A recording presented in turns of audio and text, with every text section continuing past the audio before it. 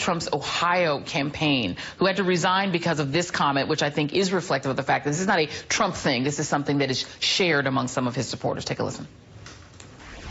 I don't think there was any racism until Obama got elected. That we never had problems like this. You know, I'm in the real estate industry. There's none.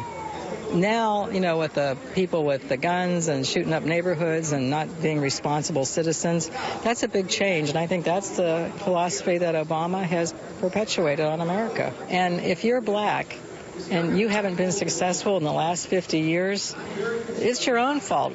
First of all, the side eye by the reporter is everything. But Mark, you know, you just having spoken at the new Black History Museum at the Smithsonian, I don't think there was any racism until Obama was elected, said by somebody in the real estate industry, redlining, et cetera, being a thing there. Your thoughts?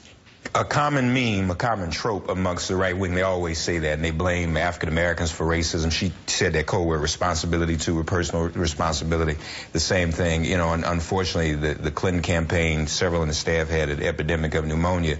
The Trump campaign has an epidemic of profound ignorance and stupidity. And that's what she represents. That's what he represents. Even to say stop and frisk was a good thing, when the numbers show it failed miserably. Right. And most of those who were found with contraband on their person were the white kids, not the black kids, even though black kids were arrested twice the rate. When he's speaking, he's not speaking to African Americans. That's not who he's talking to. He's orange man speaking with forked tongue.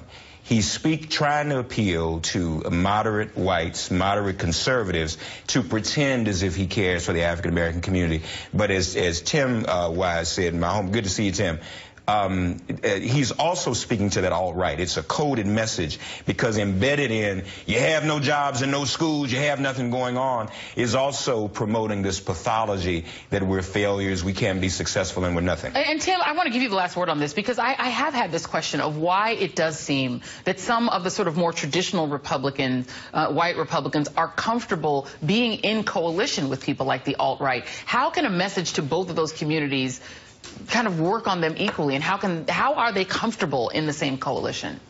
Well, I mean, it's the same thing that propelled David Duke to 55 to 60% of the white vote in Louisiana in 90 and 91. You know, to his hardcore base, he spoke one way to remind them that he was the guy who was going to get tough with black folks.